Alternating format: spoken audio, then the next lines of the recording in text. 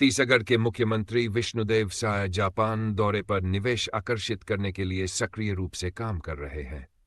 उन्होंने वहां की कई प्रतिष्ठित कंपनियों और संस्थानों से मुलाकात की और उन्हें छत्तीसगढ़ में निवेश की संभावनाओं के बारे में जानकारी दी। मुख्य बिंदु, मुख्यमंत्री ने बियानी ग्रुप ऑफ कॉलेजेस को आमंत्रित किया। छत्तीसगढ़ में युवाओं की बड़ी आबादी है, जिन्हें तकनीकी और रोजगारोन्मुख शिक्षा से जोड़ने पर जोर दिया गया।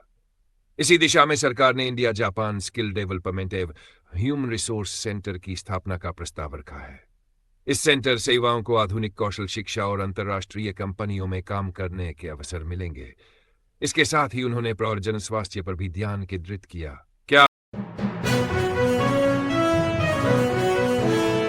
मुख्यमंत्री विष्णुदेव साय ने जापान के ओसाका वर्ल्ड एक्सपो में शिरकत की।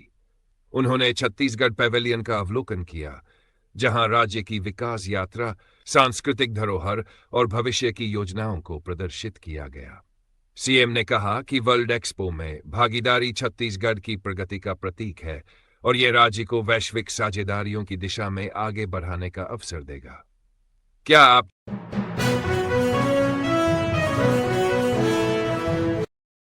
छत्तीसगढ़ के चर्चित शराब घोटाले मामले में आरोपी बनाए गए पूर्व मुख्यमंत्री भूपेश बघेल के बेटे चैतन्य बघेल को हाईकोर्ट से राहत नहीं मिल पाई है। सोमवार को हुई सुनवाई में चैतन्य बघेल ने ईओडब्ल्यू आर्थिक अपराध अन्वेषण ब्यूरो की कार्रवाई को चुनौती दी थी, लेकिन हाईकोर्ट की डिवीजन बेंच ने उनकी याचिका को छूट के साथ खारिज कर दिया। कोर्ट ने साफ कहा कि अगर चैतन्य बघेल को राहत चाहिए तो वे नया फ्रेश आवेदन दाखिल करें। इस नए आवेदन में केवल अपने मामले से जुड़ी प्रार्थना ही करें, अन्य मुद्दे शामिल न करें। इस फैसले को चैतन्य बघेल के लिए एक कड़ा झटका माना जा रहा है, क्योंकि वे ईओडब्ल्यू की कार्रवाई पर रोक चाहते थे, लेकिन कोर्ट ने फिलहाल कोई राहत नहीं।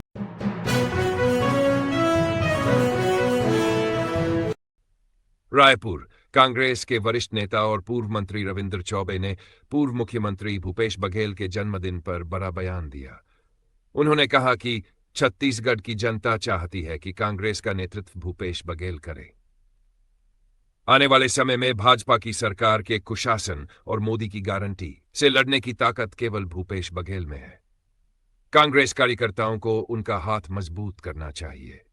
जिस तरह 2018 से 2019 के बीच कांग्रेस ने एकजुट होकर भाजपा की 5 साल की सत्ता को उखाड़ फेंका था, उसी तरह अब भी लड़ाई लड़नी होगी। साथ ही राहुल गांधी का हाथ भी मजबूत करना है। चौबे ने कहा कि अगर किसान की सरकार कोई बना सकता है तो वह सिर्फ भूपेश बघेल है। यानी रविंद्र चौबे ने साफ संकेत दिया कि कांग्रेस में छत्तीसगढ़ स्तर पर अगली राजनीतिक लड़ाई की कमान भूपेश बघेल के हाथों में होनी चाहिए। सरगुजा जिले के अंबिकापुर से जुड़ी एक दर्दनाक सड़क हादसे की है। घटना का विवरण। हादसा रविवार देर रात नेशनल हाईवे 43 पर हुआ। सड़क पर बने गड्ढे में कार का टायर फट गया, जिससे गाड़ी बेकाबू होकर सड़क किनारे खड़े ब्रेकडाउन ट्रक से टकरा गई। कार चला रहे 86 वर्षीय ठेकेदार अतुल सिंह निवासी गोदनपुर की मौके पर ही मौत हो गई। उनके साथ कार में सवार 2 दोस्त बाल बाल बचे और उन्हें हल्की चोटें आईं। पृष्ठभूमि। अपने दोस्तों के साथ अजबनगर एक दोस्त की बर्थडे पार्टी में शामिल होने जा रहे थे। हादसा गांधीनगर थाना क्षेत्र के एक गैरेज के पास हुआ। यह घटना सड़क पर बने गड्ढों की वजह से हुई एक और जानलेवा दुर्घटना को उजागर करती है। क्या कवर्धा जिले से एक दर्दनाक घटना सामने आई है। घटना का विवरण। रणवीरपुर चौकी अंतर्गत कोहड़िया गांव में बीती रात पिता पुत्र की मौत हो गई। जानकारी के अनुसार जहरू निषाद और उसका बेटा श्रवण निषाद चोरी की नीयत से खेत में टमाटर तोड़ने गए थे। उसी दौरान खेत मालिक विशाल पटेल ने फसल की सुरक्षा के लिए खेत के चारों ओर हाईटेंशन करंट का तार लगा रखा था।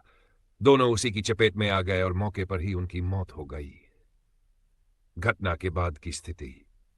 सुबह जब खेत मालिक खेत पहुंचा तो दोनों के शव जमीन पर पड़े मिले। सूचना पर पुलिस मौके पर पहुंची और पंचनामा कर शवों को पोस्टमार्टम के लिए लोहारा भेजा। घटना से पूरे गांव में सनसनी फैल गई है। मृतकों के परिजनों का रो रो कर बुरा हाल है। पुलिस की कार्रवाई। पुलिस ने मामले की जांच शुरू कर दी है। साथ ही ये भी देखा जा रहा है कि हाईटेंशन तार लगाना कानूनी रूप से अपराध की श्रेणी में आता है, क्योंकि इससे जान को खतरा हो।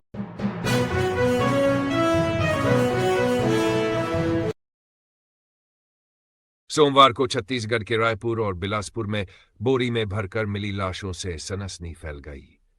रायपुर मामला। राजधानी के खमतराई थाना क्षेत्र में सोमवार सुबह बोरी में एक युवक की लाश बरामद हुई। मृतक की अब तक पहचान नहीं हो सकी है। सूचना मिलने पर पुलिस और एफएसएल टीम मौके पर पहुंची और जांच शुरू कर दी है।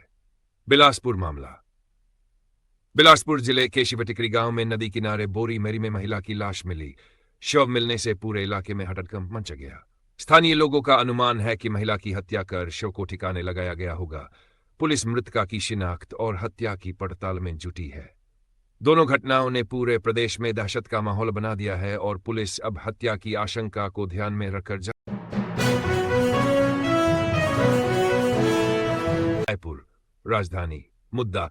रविवार को रायपुर पश्चिम की कई कॉलोनियों कैलाशपुरी, पुजारी नगर, प्रोफेसर कॉलोनी, वीरभद्र नगर, मठपारा, राधा स्वामी नगर आदि में दोपहर 3 बजे से बिजली आपूर्ति ठप रही। प्रभाव। हजारों लोग ब्लैकआउट की वजह से परेशान हुए। उनका रविवार खराब हो गया।